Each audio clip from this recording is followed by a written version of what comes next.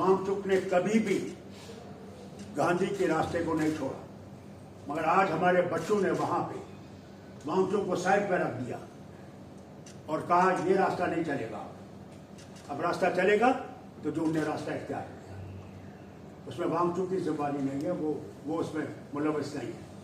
Sir, CBS initiated an inquiry into Sonam Wangchuk. Let me tell you, उन्होंने जब election हार गए वहां पे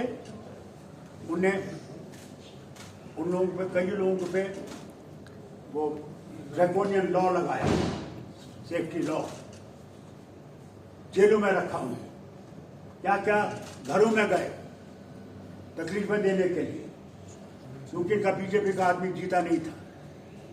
आप सीबीआई की इंक्वायरी लगा रहे हैं, जितना ये दबाने की कोशिश करेंगे और जोर और फोर्स को इस्तेमाल करेंगे, इन एजेंसीज को इस्तेमाल करेंगे, मैं माफी कहता हूं इनसे, बयान कहता हूं उनको, इस हुकूमत हिंदुस्तान से कहना चाहता हूं, वो गड़ा फट रहा है, फट गया है। अब आप ताकत को इस्तेमाल मत कीजिए, बहुत हो गया ताकत, अब बातचीत का रास्ता इस्तेमाल कीजिए और आगे चलिए, सिर्फ हवा में बात मत करिए। बात कर रहे हैं, 6 महीने का फिर बात करेंगे, अब नतीजे पे आइए, क्या देने को आप तैयार हैं, वो सवाल है।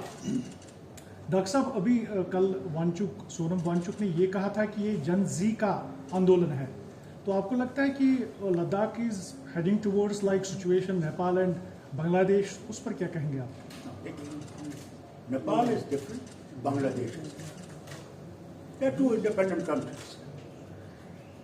Here is our nation, we are the nation itself, the leaders in Delhi are responsible for what has happened in Ladakh. They kept on talking without putting anything in front. So what do you expect those young people to do? They waited. 5 years they waited, hoping that Delhi will wake up and will take into consideration the inner feelings. They feel let down, nothing else. And I think Delhi must move faster in solving these problems of Ladakh. Doctor साहब, आपने कहा कि वहाँ पे जो जमीनें हैं वो दुश्मन चाइना के कब्जे में है, और अगर मरकजी सरकार की तरफ देखें, वो कहती है कि चाइना के पास कोई भी जमीन नहीं है, कब्जे में नहीं है, कैसे आप उस चीज को देख रहे हैं? इसके बारे में यही बात आपको कहूँगा, अगर उनके पास कोई जमीन नहीं है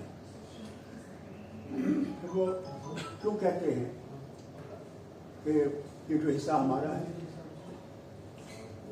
सारी दुनिया जानती है कितनी जमीन उनके पास है। हम लोग पेट्रोल ही नहीं कर सकते थे अपने इलाके में, कब तक हम झूठ का सहारा लेंगे? वक्त आ गया कि सच्चाई चलिए, सच्चाई पर चलें, तो हो सकता है हम अपने वतन को मजबूत करेंगे। झूठ कब तक चलेगा? एक दिन तो झूठ टूट ही जाता है। शुक्रिया। सलाम। सर, आपने कहा बॉर्डर स्टेट है, और अगर सेंटर जो है प्रॉपर्ली इस चीज को, इस प्रोटेस्ट को रिस्पॉन्ड नहीं करता, आपको नहीं लगता कि चाइना के लिए एक और मौका मिल जाएगा हमारी इन स्पेस में आने का? भैया, somebody will fill the gap. And it's a very sensitive area. जबरदस्त सेंसिटिव एरिया है। लद्दाख जो है वो क्लेम करते हैं, वो मैकमोहन लाइन को नहीं मानते हैं, जवाहरलाल नेहरू के वक्त से वो कहते हैं मैकमोहन लाइन हमें मंजूर नहीं है। अभी प्रधानमंत्री गए थे चाइना, क्यों गए? इससे रिश्ता बेहतर बने, इस मुसीबत से हम निकले। एक तरफ से अमेरिका हमारे पीछे पड़ा हुआ है, रूसी तेल जो है हम खरीद रहे हैं। ट्रंप तो कह रहा था यूनाइटेड नेशन में कल, it is India and China जो यूक्रेन वॉर को सपोर्ट कर रहे हैं।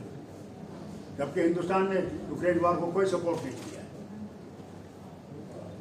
डॉक्टर साहब, एक आखिरी सवाल है। जिस तरह से प्रॉमिसेस बिट्रेयल हो रही है 2019 के बाद, यहाँ पर प्रॉमिसेस किए गए थे कि स्टेटहुड मिल जाएगी आफ्टर डिलिमिटेशन इलेक्शंस, तो आपको लगता है कि 3 खितों में जो है हालात इसी तरह की अब बनने जा रही है, क्योंकि इस तरह के खदशात जो है वो जाहिर हो रहे हैं अब लद्दाख से, और आपको क्या लगता है कि अगर यहाँ पर स्टेटहुड नहीं मिलती है तो उसके बाद आप, क्योंकि सीनियर पॉलिटिशियन है, क्या एक्सपीरियंस के हिसाब से कहेंगे कि कश्मीर कहाँ होने जा रहा है? आप तो वो बात कर रहे हैं, उस सीढ़ी पे तो हम पहुंचे ही नहीं। जब वो सीढ़ी पे पहुंचेंगे तो मैं आपको देखेंगे। नेशनल कॉन्फ्रेंस वो रास्ता कभी इख्तियार नहीं करेगा जिसमें हमारे बच्चे मारे जाए, कभी हमने नहीं कहा। जब मेरी हुकूमत 84 में डिसमिस की गई थी, और आपने नेहरू साहब की किताब पढ़ी हुई जो गवर्नर थे, वो समझते थे कि मैं आग लगा दूंगा कश्मीर को अपनी कुर्सी के लिए। मैंने कुर्सी को लात मारी, मगर अपनी जानें लोगों की, बेगुनाहों की मैंने कुर्बान करने के तैयार नहीं था। और आज भी मैं उसी रास्ते पर हूं। मैं नहीं चाहूँगा कि जम्मू कश्मीर का कोई भी मारा जाए।